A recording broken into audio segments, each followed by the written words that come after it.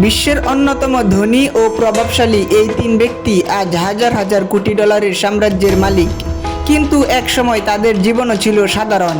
কিভাবে তারা শূন্য থেকে উঠে এসে পৃথিবীর সবচেয়ে সফল উদ্যোক্তাদের একজন হলেন। স্বাগতম আপনাকে সুপ্তজ্ঞান চ্যানেলে। আজ জানবো তাদের অবিশ্বাস্য আকাশ ছোঁয়া সফলতার গল্প। Elon Musk. দক্ষিণ আফ্রিকায় জন্ম নেওয়া ইলন মাস্ক ছোটবেলা থেকেই প্রযুক্তির প্রতি আগ্রহী ছিলেন।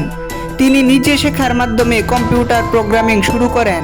পরে অনলাইন পেমেন্ট কোম্পানি তৈরি করেন, যা বিক্রি করার পর তিনি বড় বিনিয়োগ শুরু করেন।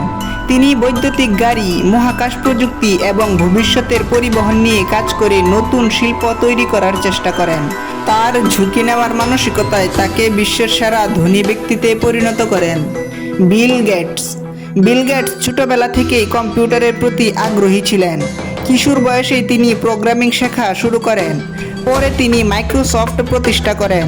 তার লক্ষ্য ছিল প্রত্যেক ঘরে ঘরে কম্পিউটার থাকবে, আর এই লক্ষ্যই তাকে আজ এত দূর নিয়ে এসেছে এবং উপহার দিয়েছে বিশ্বের অন্যতম ধনী ব্যক্তিত্ব। Mark Zuckerberg. হার্ভার্ড বিশ্ববিদ্যালয়ের ছাত্র থাকাকালীন মার্ক জাকারবার্গ একটি ছোট সামাজিক যোগাযোগের ওয়েবসাইট তৈরি করেন। সেই ছোট উদ্যোগ পরবর্তীতে ফেসবুক হিসেবে সারা বিশ্বে ছড়িয়ে পড়ে। মানুষকে অনলাইনে যুক্ত করার এই ধারণা তাকে অল্প বয়সে বিশ্বের বিলিয়নিয়ারদের একজন করে তোলে।